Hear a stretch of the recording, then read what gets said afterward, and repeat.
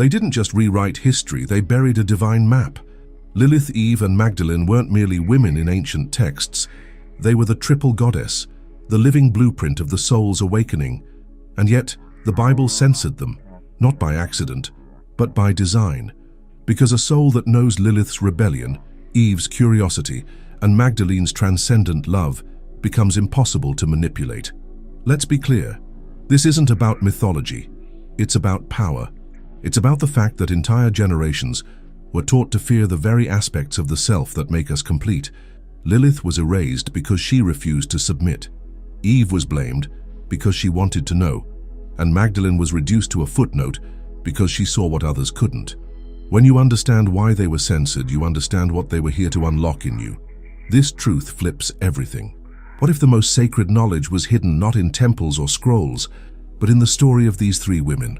What if your journey, your pain, your search for meaning, your hunger for something more, is a reflection of the same spiritual map they encoded in their lives? This isn't just revelation, it's revolution, one that begins inside and transforms everything outside. If you've ever felt that something's missing from the version of truth you were given, this is why. You weren't broken. You were just missing the rest of the story, and now, piece by piece, it's coming back. Lilith is that stubborn whisper in your soul that refuses to go quiet, no matter how many voices try to shut it down. She doesn't show up dressed in white, hands folded in Sunday stillness. No, Lilith arrives like a raw spark, a wild spirit, a living refusal to kneel. And that's exactly why she was erased, scrubbed out of holy texts like a rebellious phrase in a sacred manuscript. But make no mistake, she never left. She lingers in the air like static before a storm, waiting for the ones brave enough to question the lines they were told to memorize. It's strange, isn't it? How so many people go their entire lives trying to squeeze into a shape that was never meant for them. Lilith represents everything that slips through those molds, the untamed impulse, the unapologetic voice, the fire that won't dim to make others comfortable. Be honest, haven't you ever felt it? That moment where your soul says enough and your feet itch to walk through a door no one else dares to touch? That's Lilith. She's not a character in a myth. She's a portal, symbolic, spiritual, liberating. You see her in the real world when someone chooses purpose over expectation. It's the artist who ditches the corporate job to paint what they see in dreams. It's the woman who walks away from a marriage that kills her spirit just to keep up appearances. It's the man who cries without shame. And it's also in the hands that hold books like The Mists of Avalon or The Second Sex, books that shake something loose in your chest. That's how Lilith speaks, through the pages that disturb, through the ideas that won't sit still. But don't confuse her with empty rebellion. Lilith isn't about noise. She's about clarity. Not anger without cause, but truth without chains. She's the part of the soul that refuses to wear a muzzle, even when it's covered in gold and called advice. Remember all the times someone told you not to feel so much? That your sensitivity was a weakness? That real men don't break down and real women don't raise their voices? Lilith laughs at that. Not with cruelty, but with certainty, because she knows wholeness isn't wrong. Living half a life is. For the spiritual seeker, recognizing Lilith means learning to listen when everything around you goes silent. It's honoring the voice inside that says, "This isn't for me," even when the crowd's clapping. Try this. Write down every moment you silenced yourself just to fit in, every dinner table where you bit your tongue, every prayer you swallowed. Then burn the paper. No, seriously, burn it. Small ritual, big impact. Your soul understands fire. And Lilith? She was born in it. And maybe, just maybe, that same pulse of rebellion is what nudged Eve to reach for the fruit. Because the quest for truth never starts in the temple. It begins in the one question nobody wants to ask. What if Eve was never a sinner, but the first conscious being to wake up? Eve doesn't appear as a symbol of shame, weakness, or betrayal, but as the soul who dared to choose. She is not the villain of Genesis. She is the spark, the awakening, the sacred defiance that begins every true journey toward awareness. When Eve reaches for the fruit, it's not disobedience. It's curiosity in its highest form. That hunger to know, to feel, to understand is the same force that compels every seeker to pick up a book like Man's Search for Meaning or The Power of Now. It's the pull you feel when the surface no longer satisfies, when your soul whispers, "There's more." That bite wasn't just about the fruit. It was a threshold, a crossing from innocence into consciousness. Like the moment you stop living by someone else's rules and start writing your own. Like swapping fairy tales for Gnostic texts or Plato's dialogues, dense, disorienting, but alive with power. It's the terrifying, sacred moment you leave the garden of blind obedience and walk into the wilderness of your own truth. From a Jungian perspective, Eve is the archetype of individuation. She makes the first move toward becoming whole. She doesn't reject the divine. She seeks to know it, meet it, merge with it through experience rather than commandment. And isn't that the soul's deepest desire? Not to worship truth from afar, but to become it. Try this. For 1 month, keep a dream journal. Nothing fancy, just a notebook and a pen by your bed. Each morning, record whatever fragments you remember, images, colors, conversations. Over time, you'll notice patterns, symbols, messages. It's like discovering a sacred language only your soul speaks. And in that act, you do what Eve did. You listen to the voice beneath the noise. Of course, society still fears the Eves of the world, the questioners, the challengers, those who ask why, when everyone else is saying just do it. Maybe you felt this, being labeled too intense, too deep, too rebellious. That's the old echo, the same one that told Eve she had gone too far. But in truth, she had gone just far enough. Here's an exercise. Take one belief you've always accepted, about love, money, time, purpose, and question it. Where did it come from? Who benefits from it? What if the opposite were true? This small act of defiance can spark a revolution inside you, because awakening rarely comes as a thunderclap. It comes in whispers, in quiet choices, in uncomfortable truths we're finally ready to face. And Eve paid the price for her awareness. Pain, uncertainty, separation, but also freedom, selfhood, the capacity to choose again. In exile, she became real. In the dark, she discovered her light. Her journey is a mirror for yours. Consciousness is never cheap, but it's always worth it. Want to feel that spark again? Try volunteering somewhere unfamiliar. Something you've never done with people you don't understand.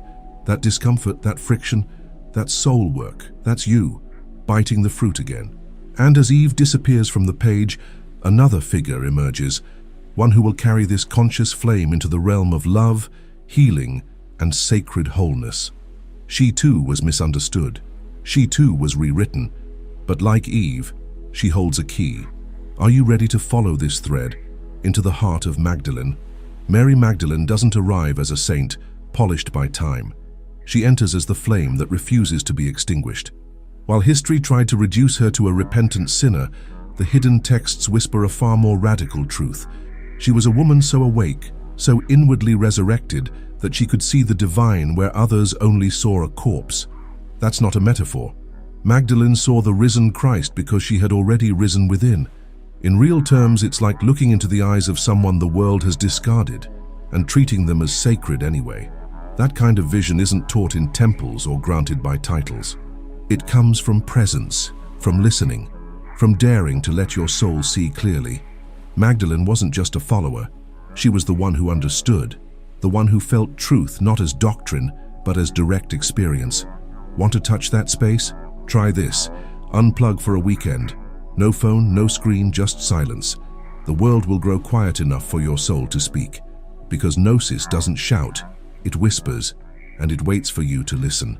Mary Magdalene embodies the full integration of the sacred and the sensual, the divine and the human, woven into one living, breathing truth.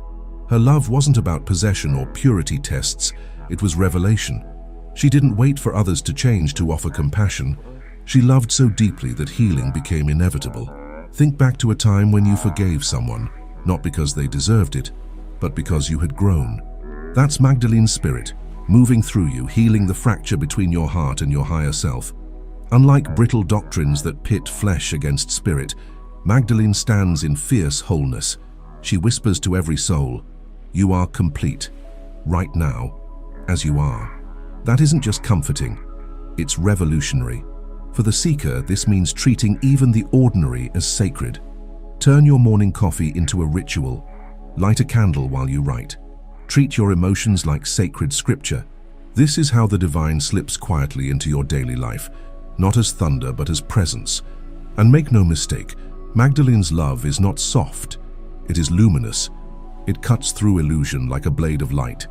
It transforms shame into compassion, turns silence into voice and wounds into wisdom. Wondering if you're walking her path? Ask yourself this: am I loving with clarity or clinging from fear? That one question can reveal more than 1,000 sermons.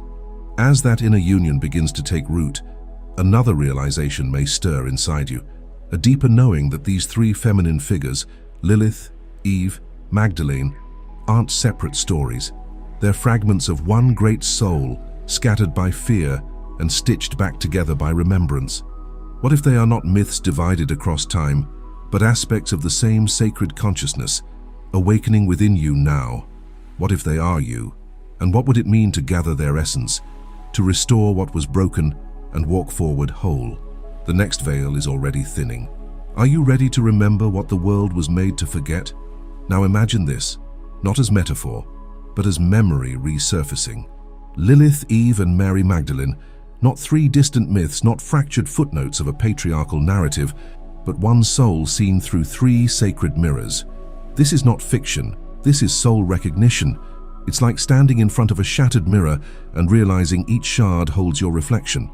Lilith is the wild refusal, Eve, the sacred question, Magdalene, the healed heart. When you bring them together, not in theory but in spirit, you don't just awaken. You remember who you were before the world told you to forget. Lilith doesn't knock softly. She erupts. She is the first tremor in the soul, the sacred no that breaks false agreements. She walks beside you in those moments when silence would be safer, but you speak anyway. She is the one who chooses exile over submission, not out of arrogance but out of integrity. You feel her when you step away from what no longer honors you, even if it means walking alone. That decision, the one that costs comfort but grants truth, that is Lilith rising. And just when the silence after the scream feels unbearable, Eve arrives, gentle but relentless. The seeker who opens her eyes and asks the question no one dared voice. She is not tempted by the fruit. She is drawn by the hunger for wisdom. She doesn't ruin paradise. She begins the story of consciousness.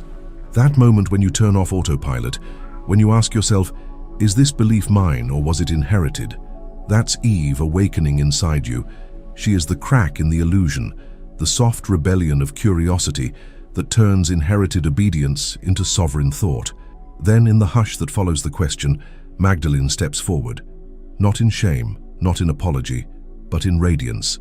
She is the one who sees with the eyes of love, even when the world sees ruin. She is what happens when shadow is no longer denied and truth is no longer feared. Magdalene doesn't arrive at the end as a prize. She is the fusion of what has been divided. She brings the soul home. Her love is not decoration, it is discernment, a fierce light that holds space for both the wound and the wonder.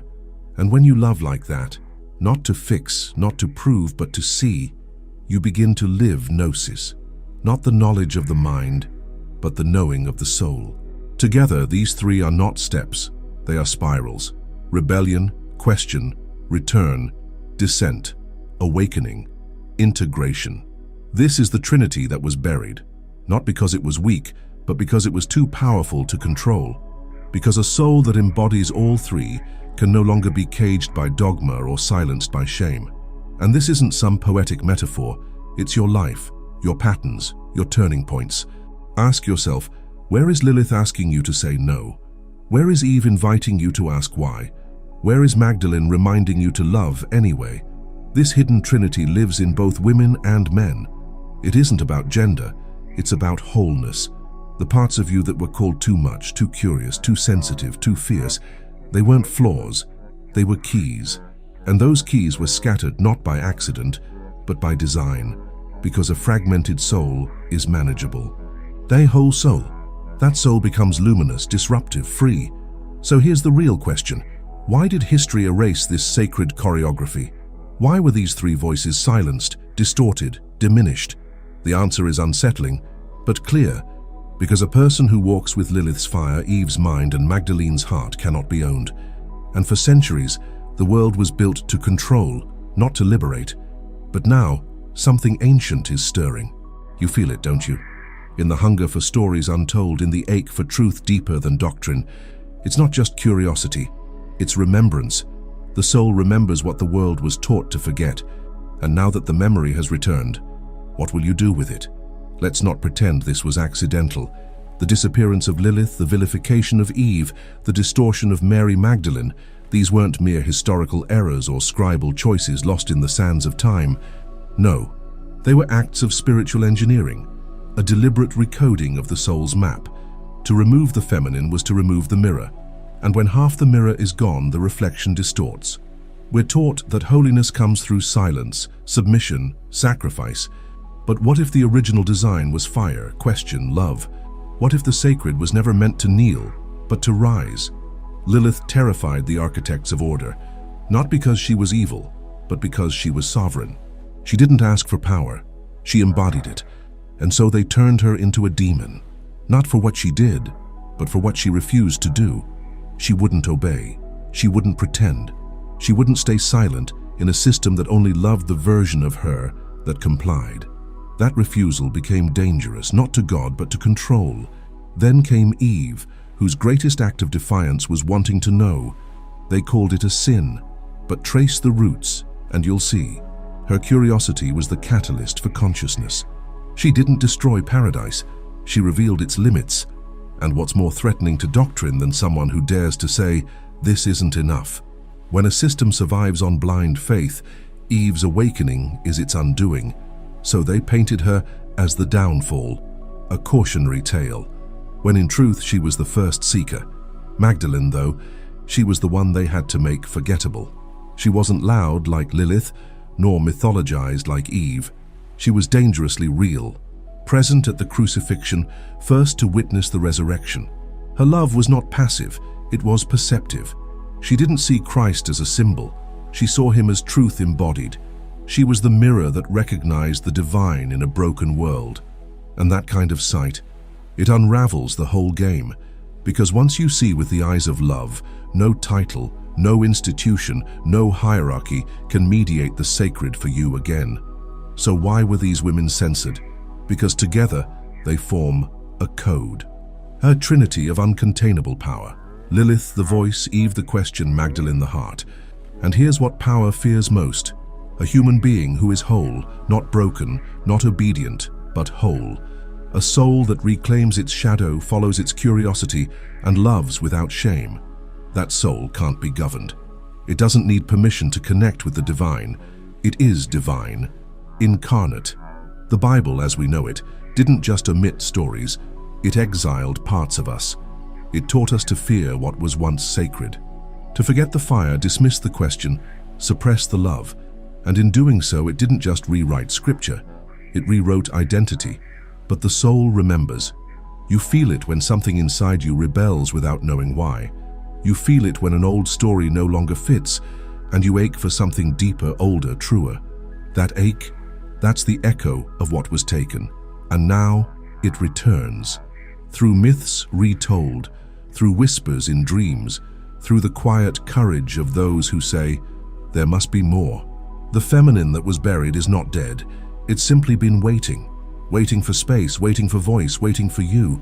This isn't about rejecting the sacred texts.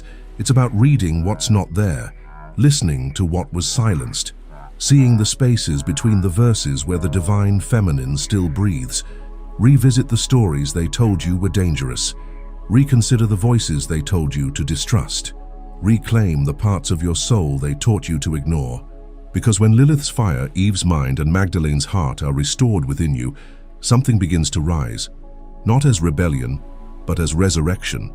And as that resurrection unfolds, you'll realize she never truly left. She was only waiting for you to remember. So now that you've uncovered the truth about Lilith, Eve, and Magdalene, what are you going to do with it? Keep living split between what the world expects from you and what your soul whispers in silence? Or are you finally ready to integrate your shadow, your fall, and your ascension, just like your spirit always intended? This isn't just a story, it's a spiritual blueprint hidden in plain sight. You've just been handed a truth that was silenced for centuries. Not a metaphorical truth, a truth that confronts you, one that asks, will you keep living under borrowed beliefs, or will you dare to reclaim the parts of you that were once demonized? Ask yourself, which of these women lives in you right now? Which one have you been denying out of fear? Use what you've learned. Meditate not to escape, but to reconnect. Start journaling without filters. Dive into the Gnostic Gospels. Study Jung's archetypes. Explore ancient traditions where the feminine was honored, not erased, because the world doesn't need more noise.